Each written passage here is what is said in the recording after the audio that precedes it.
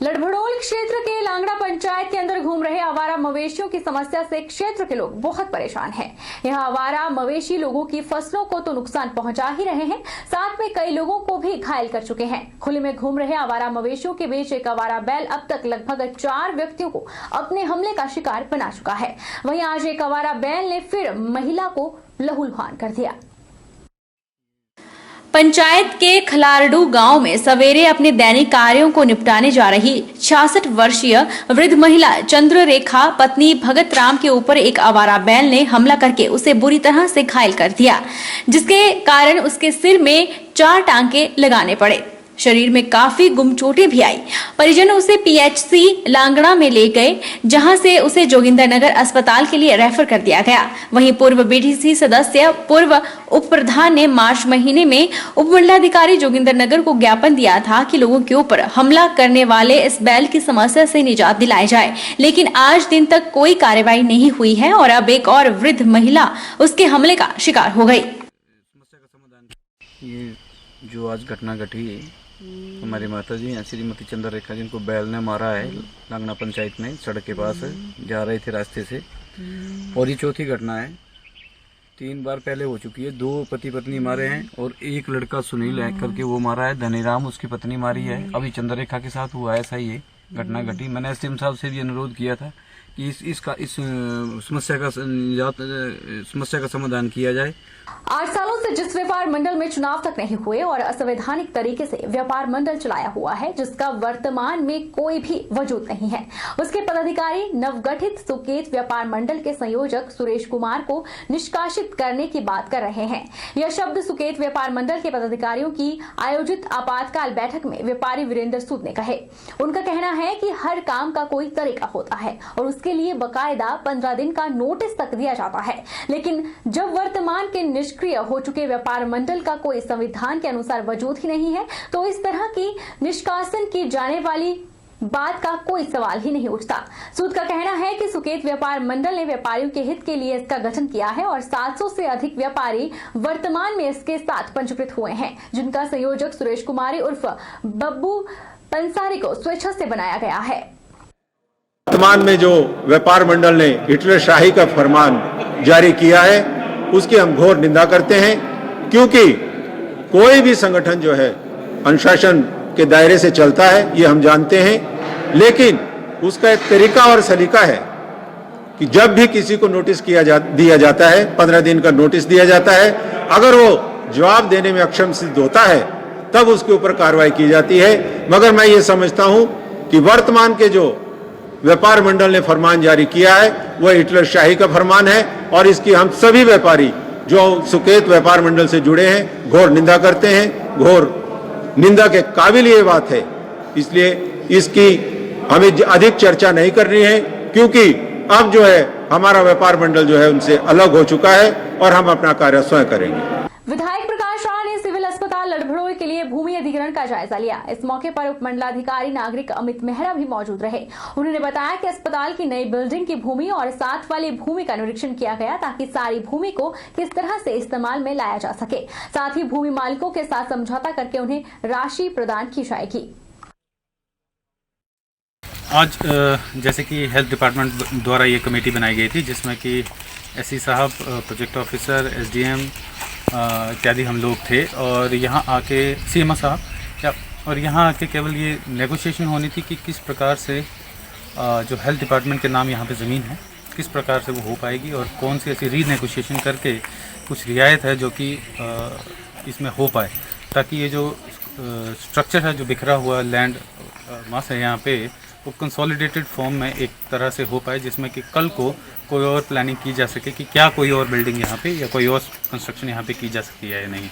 नूरपुर की दिनेश कुमारी को हिमाचल शिखर सम्मान के लिए चयनित किया गया है। दिनेश कुमारी नूरपुर विधानसभा से संबंधित है और उन्हें यह सम्मान हिमाचल कला संस्कृति भाषा अकादमी द्वारा दिया जा रहा है। दिनेश कुमारी को सम्मान चंबा रुमाल कढ़ाई के लिए दिया गया है। इस कढ़ाई की विशेषता है कि इसमें किसी भी तरह की गांठ नजर नहीं आती और यह कपड़े के दोनों तरफ से एक समान दिखती है। लुप्त होती इस कला को जीवित रखने के लिए दिनेश कुमारी को इस सम्मान के लिए चयनित किया गया। दिनेश कुमारी इससे पहले भी दिल्ली, मध्य प्रदेश और कई दूसरे राज्यों राज्यों में अपनी प्रतिभा का लोहा मनवा चुकी है। उनकी माने तो उन्होंने इस क्षेत्र में बहुत कड़ी मेहनत की है। चंबा एम्ब्रॉयडरी के अंतर्गत मिला।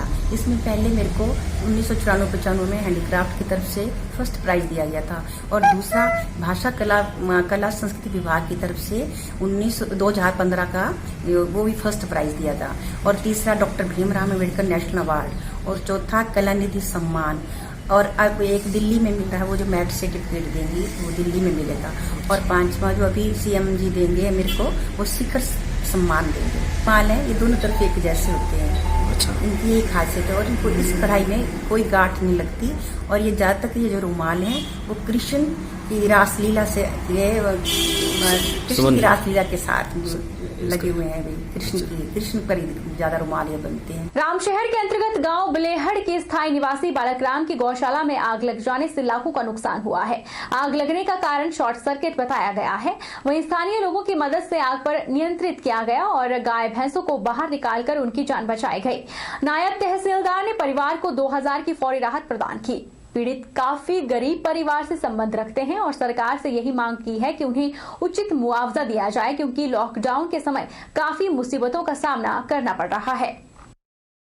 गर्मी के मौसम के दौरान पहाड़ों पर बर्फ पिघलने के कारण ब्यास नदी का जलस्तर भी बढ़ गया है। बढ़ते जलस्तर के कारण किसी प्रकार का कोई हादसा न हो, इसलिए प्रशासन द्वारा एडवाइजरी जारी की गई है कि लोग ब्यास के किनारे न जाएं। गर्मी के मौसम के कारण पहाड़ों पर बर्फ पिघलने के कारण पंडोह डैम का जलस्तर निरंतर बढ़ रहा है और इस बढ़ते जलस्तर के कारण भाखड़ा मैनेजमेंट बोर्ड व जिला प्रशासन के द्वारा अलर्ट जारी किया गया है कि बढ़ते जलस्तर के कारण पंडोह डैम के स्पिलवे गेट कभी भी खोले जा सकते हैं। लोग व्यास नदी के किनारे न जाएं और पूरी एहतियात बरतें ताकि किसी भी प्रकार का हादसा न हो।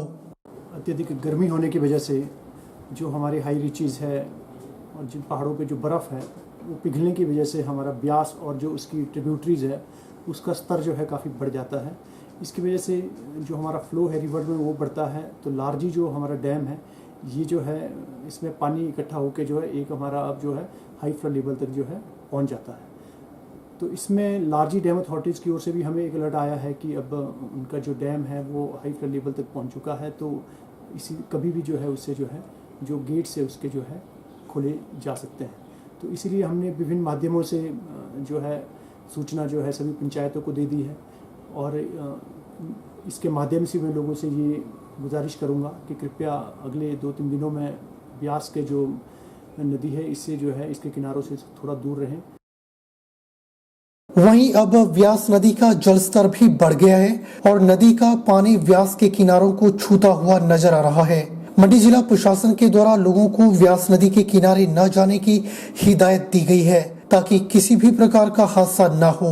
वहीं स्थानीय निवासियों का कहना है कि हालांकि जिला प्रशासन के द्वारा अलर्ट जारी किया गया है लेकिन कई बार लोग जाने अनजाने में लापरवाही बरतते हैं और हादसे का शिकार हो जाते हैं। इसलिए लोग सावधानी बरतें और नदी के किनारे न जाएं ताकि किसी भी प्रकार का हादसा न हो। ब्यास नदी का जलस्तर दिनों पर दिन बढ़ता जा रहा है। क्योंकि इस दौरान कई बार हादसे हो सके हैं लेकिन फिर भी लोग इन हादसों से सबक नहीं लेते। प्रशासन बार बार समस्त जनता को अलर्ट करता है, उसके बारे में पूरी जागरूकता देता है और क्योंकि हमने खुद स्वयं देखा है लोग जानबूझकर भी इन चीज़ों से अनभिज्ञ हो जाते हैं और फिर अपने जीवन की प्रति कोई वो संवेदनाएं नहीं रखते हैं और बढ़ते हुए जलस्तर के पास पहुंच जाते हैं। कि कम से कम इस मौसम में खासकर जब बर्फ़ पिघल रही है, नदियों का जलस्तर बढ़ रहा हो, उस समय इस चीज़ों के ऊपर अपने प्रति बहुत सचेत रहें और अपने आसपास के लोगों को भी सचेत करते रहें। बहरहाल बुलेटिन में इतना ही। आप देखते रहिए HP 24x7।